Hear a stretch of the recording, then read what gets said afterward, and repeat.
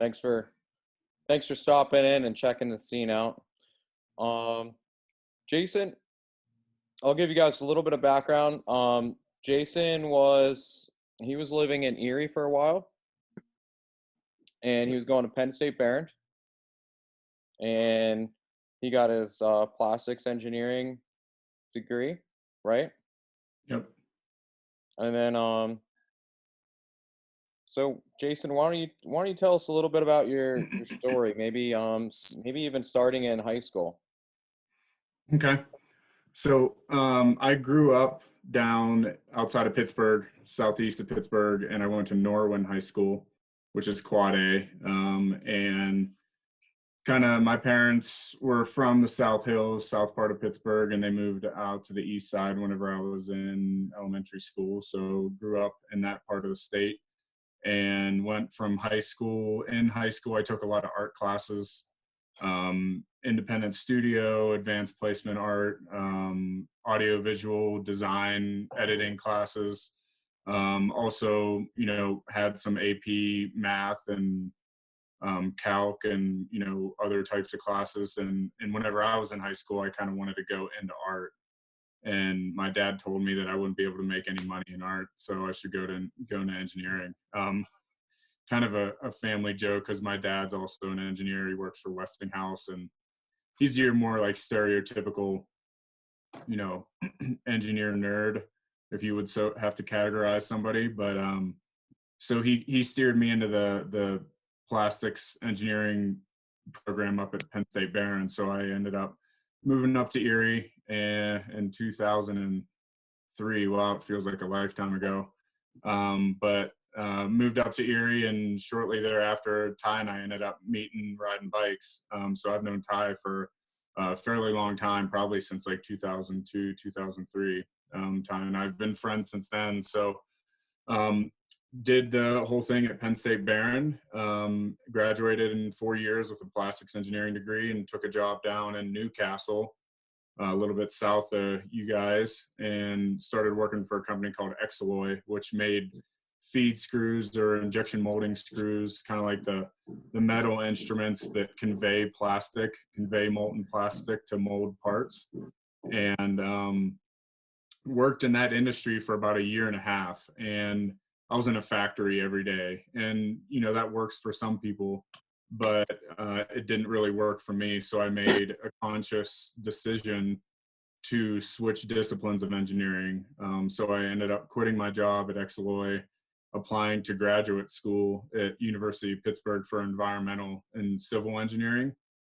So kind of switching into that environmental field, but still using my background of engineering that I had so I could build upon that. I didn't have to necessarily switch careers. It was just more of just a switch across careers. But before that, I kind of made if I was going to quit my job, I was going to do something fun. So I ended up doing a 2-month-long road trip with my buddy across the Western United States in a minivan with our bikes, and kind of just hit the road and learn about myself and what I wanted to do. And just kind of told myself at that point I wanted to move west.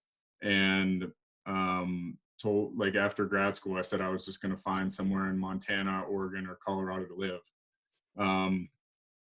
Had to take some prereqs before grad school, organic chemistry, Chem 2, to get in to their graduate program, and ended up finding a good advisor and doing something that was worthwhile to me, a water quality study of a certain watershed in Pittsburgh, to kind of figure out what a lot of the contamination in the watershed was coming from. Pittsburgh has a lot of what they call combined sewer overflows. So a lot of like the sanitary waste mixes with runoff water because of old infrastructure in the city. So then it kind of goes into the surface waters of a lot of the streams and tributaries. So we quantified some of that, the E. coli and bacterial contamination, whenever you get rainfall events in the city. And then just regular water quality. So I was really passionate about water, and that kind of tended from an early age from fishing for me. I know fishing's really prevalent up, on a lot of the tribs up on Elk Creek and Walnut up where you guys are for steelhead. And I used to come up there to fish, and just being in the water is something I wanted to do. and the environmental world translated well for that for me. So finished graduate school, wrote a thesis at Pitt, and took the first job offer I had, which was only a 3-month offer to move out to Colorado and work for a company called Trout Unlimited, which is a national nonprofit.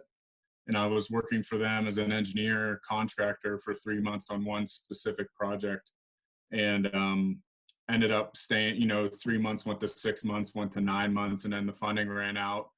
And I ended up working on Pikes Peak, one of the, more prominent 14,000 foot mountains here in the state, on the survey crew. And every day we were just up on the mountain driving around doing surveying, which is a really rad job. But that ran out after 6 months, and then Trout Unlimited asked me to come back and work for them full-time as a mine restoration field coordinator. And mine, whenever I say mine, I mean like old gold and silver. So hard rock mines that all the miners used to try to get gold out of back in the day, they leave a legacy of contamination. So, acid mine drainage is pretty prevalent in Pennsylvania. If you ever see that orange water, that can be acid mine drainage. And we have a lot of that out here that affects our waterways. So that's kind of what I've been working on for the last 8 years. I've been with Trout Unlimited, as a field coordinator, project manager. Now I manage our program and have a couple people working under me.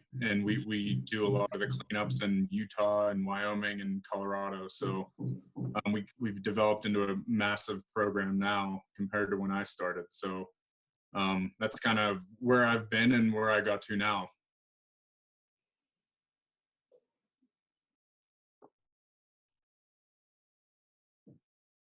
Yeah. Thanks for sharing that with us, Jason. Yeah. That's quite a story. Do you guys have questions about do you have questions for Jason here, guys? Yeah, I have one question. You mentioned that you had your degree in plastics engineering and then you just up and switched careers. Now you said that you got your master's at Pitt, right? Correct. Did you need that master's in order to transition within the engineering discipline, or could you have taken your plastics degree and just gotten a civil engineering job, no problem? Yeah, that's a good question. And I had to get a different degree. Plastics is so specialized. I mean, if I would have had a mechanical engineering degree, I think mechanical is a little bit broader. A lot of people just go straight into ME unless you have a true passion that you're interested in, like an environmental or, even like robotics engineering or biomedical engineering or specifics. But a lot of people just go into ME and then they might, get a graduate degree in something else. But I had to get something switched because you're going from plastics and material science to like having to treat water for, population. So it's a very specific thing. And whenever I did that, I had to take, like I said, some prerequisites that I didn't get with plastics engineering. So a lot of chemistry, Chem 2, organic chemistry that had to transition into that graduate program. So yes, it was required so I could practice as an engineer. Okay.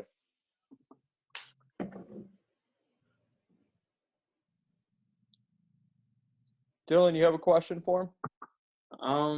Not yet. I'm thinking. Josh, do you have a question? How much money does a civil engineer make? That's always a good question. Engineering is definitely a good field to go into if you're looking to make some money.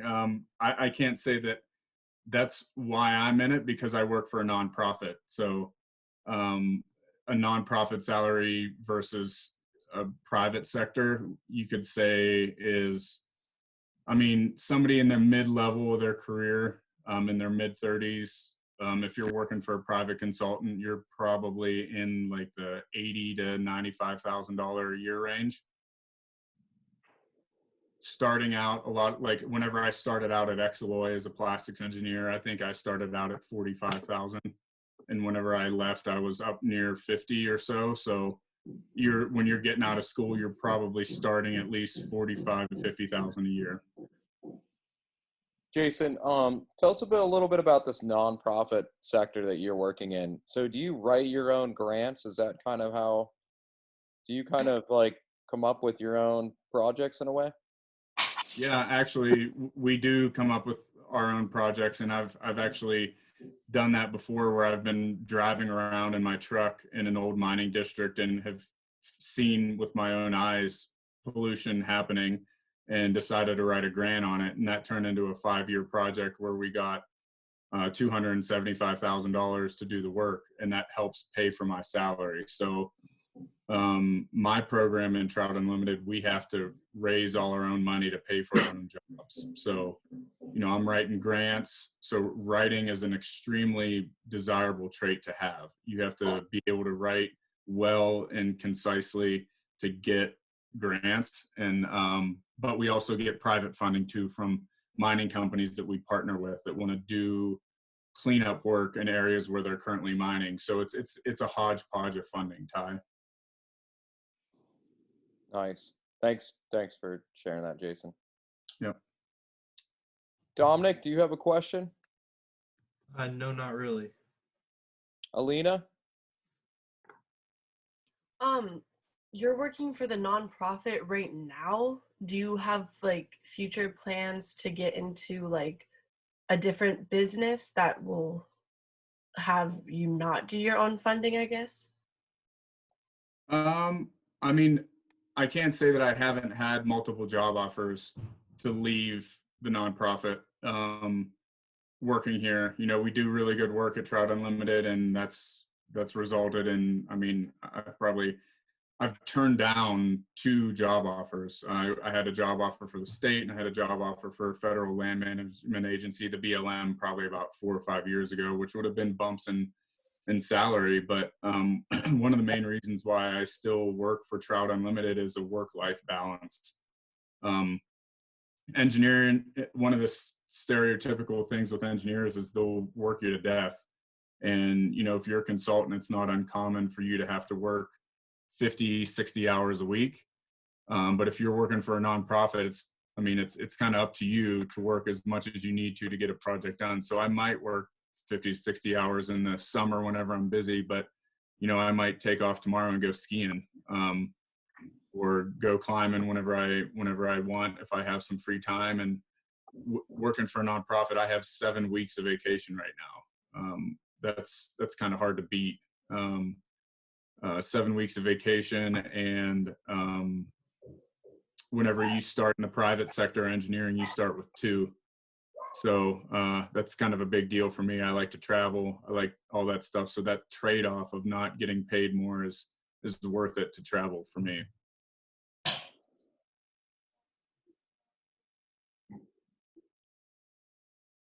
Ellen? No, I'm still thinking. Okay. Yep. Well, I have a couple questions prepared, Jason. Okay.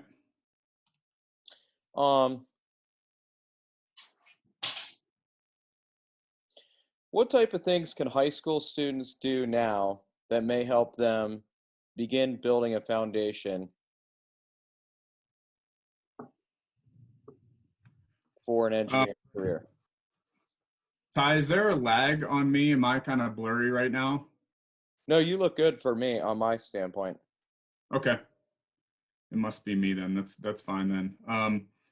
So any type of AP class in the math and sciences, if you're in those types of classes, I would say that's very valuable if you're going into an engineering career, to have that, and it just kind of gives you a leg up. You might even be able to get college credits already in high school, and that's very valuable because a lot of people don't think it is, but that's money. College credits cost a lot of money depending on where you go, and having those in your back pocket can be pretty valuable. In addition to math and science, I feel that like any shop classes that help foster that creativity, whether it's wood shop, metal shop, anything like that, or like assembly where you're putting things together and thinking, getting that part of your brain working, also translates pretty well to engineering things.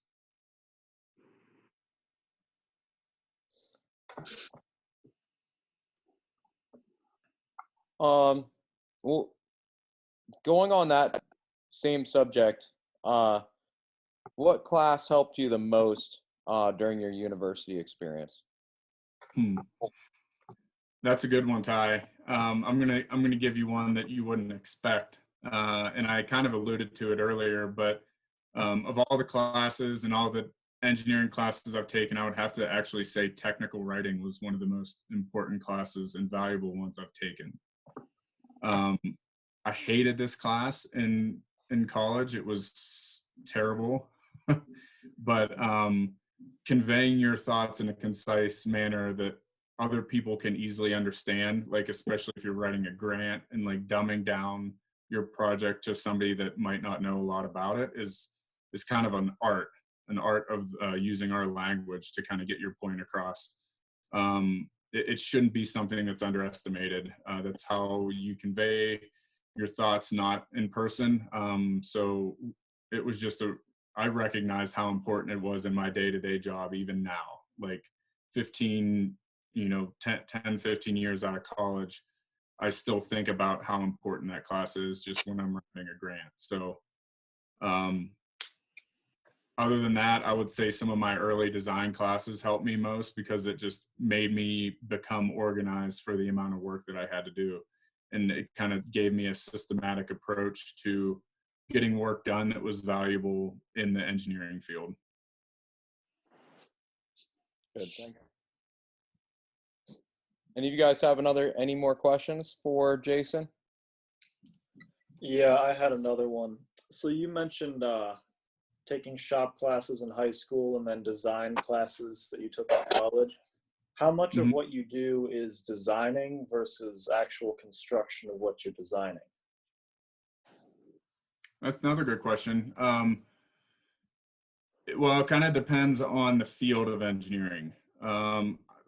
Let's start with like plastic stuff. One of the reasons why I went into plastics was because of my art background, and you could be a straight designer. You could be a design engineer for a mechanical engineering company or a plastics engineering company where all you're doing is 3D renderings of the next latest and greatest thing. So you could be working in the design field fully in engineering. The one thing I like about my job now, the environmental stuff, is we do what we call like 30% designs. So we'll do a 30% design in-house, and that gives us like our material quantities, the amount of dirt we need to move, the amount of like rock we need to bring in, and we'll do conceptual plans using mapping software like GIS or like AutoCAD, and then we'll oversee that work in the field. So it's almost like a 50-50 split now, to where I'll be doing some of that work in my office, and then I'll be out on a job site with a heavy equipment contractor in the fall, helping them do the work or oversee the work. So it kind of depends. You could be 100%, or it could be 50-50, or you could just be, they also have straight project managers who just oversee some of that work, field guys. So it depends where you go in engineering. Okay. And then another one. You mentioned earlier how you've been at this nonprofit for a while, and so you started managing people. Mhm. What is the track like after entry level? What are the tracks that you can take towards like management, or like design, chief engineer? How do those pathways work? Yeah. So that also depends on the career you go into. I would say that a nonprofit throws you to the wolves. Like, here's a really good example. I hired my coworker Lauren 3 years ago, and she came from a private engineering company, and they wouldn't let her manage a project and like of any value. She was just kind of she was an engineer, but she helped. She wasn't a project manager. She had to work there for 5 years before they would give her a project of $10,000 to manage. On her first year with me, I gave her a $400,000 project to manage. So like it kind of depends. like we're quick learners here in the nonprofit world. It's not like your standardized engineering approach that might be a little bit slower. But just to answer your question, you know, I think typical track is you would work as an engineer for 2 to 4 or 5 years. And then you might start into more of a project management role. And this goes into your last question, where you could actually, the way that engineering goes is you either go into management or you go into the technical side of things. You could be a tech guy your whole career, geeking out on numbers and designs, and you would be one of the technical like experts of the company. So that would be a senior engineer that you would work towards, or you would be more of a project manager and a principal where you would be managing people. So for me, it was, I think I worked with TU for 5 years before I started managing people. And that's probably typical of engineering, is I'd say 5 to 6 years before you might have somebody working under you. Okay. So then if you wanted to hit either of those tracks, is there a specific minor or extra classes that you could take in college that would prep you to take one of those tracks? Yeah, so what a lot of engineers do for, if they want to go into project management, what you'll see a lot of people do is go get an engineering degree, a 4-year engineering degree, and then get an MBA or Master's in Business Administration.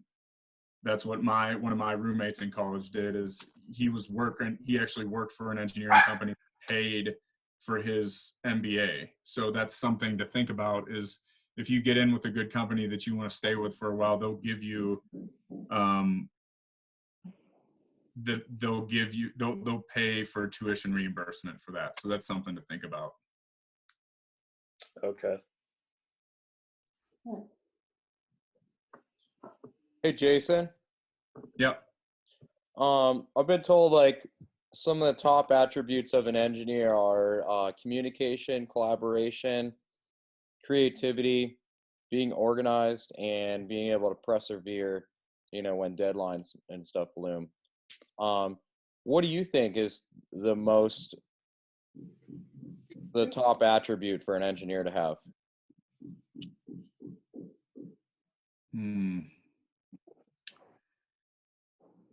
That you're an introvert? No, I'm kidding. No, I think extroverts sometimes make the best engineers because they have a lot of the traits that you just described, Ty. But if you know, like, I would say a well-rounded individual can make a really good engineer. Whether you're good at math, science, design, art, that all kind of helps. Let's see. A strong work ethic helps. You alluded to that, Ty, with some of your descriptions. I've always been a high energy type person, whether it's riding bikes, climbing, skiing, and that energy that I have on a lot of those personal pursuits translated well to the amount of work that you have to do as an engineer. So just kind of always being motivated with that type of thing helps and is a really good attribute.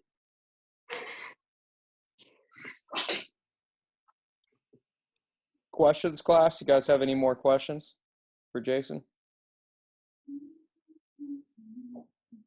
No? Yeah. Okay. Are there any parts of your job that you dislike? Currently, yeah, like invoicing and budgeting. We fortunately got an accountant to work with us recently, but up until then, I was doing all my own invoices to funders. You know, I manage probably like 15 to 20 project codes. So each one of those project codes has its own budget and certain invoicing requirements with it. You might need to invoice quarterly, semi-annually, annually, you know, and then each one of those invoices has to have a report with it that summarizes the work that you did so you can get paid. So that's just kind of monotonous work that I don't really like that much, but is just a necessity of the job. So. All right.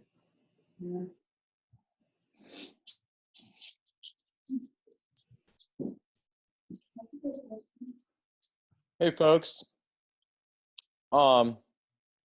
let's thank Jason for spending 40 minutes with us, basically telling us about his career and some of the things that he's gone through.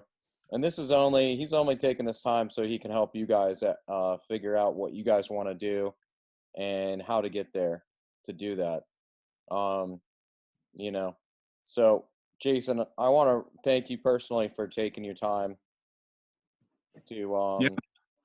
Thanks for be having me. able to do this. Yeah, thank you. Thank you. Yeah. Hey, Ty. Yeah. I got a couple just closing things to say. So one of the most important things that I didn't do, if you are going into engineering, depending on what discipline or what field of engineering you're going into, there's a track to become a professional engineer, to get a license to practice engineering. And that's really important.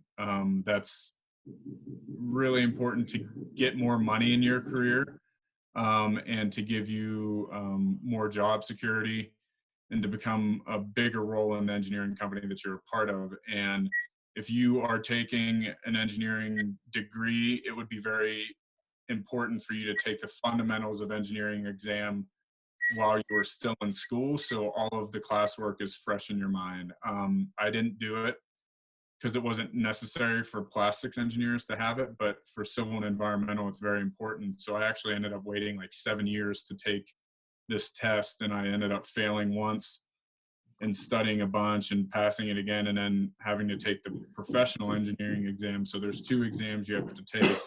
And then the professional engineering exam, I also failed once and had to take it again. But I mean, I'm talking 6 hours a day studying for 3 months to pass this thing. So the earlier you can take it when all that stuff is fresh is a very important takeaway in engineering.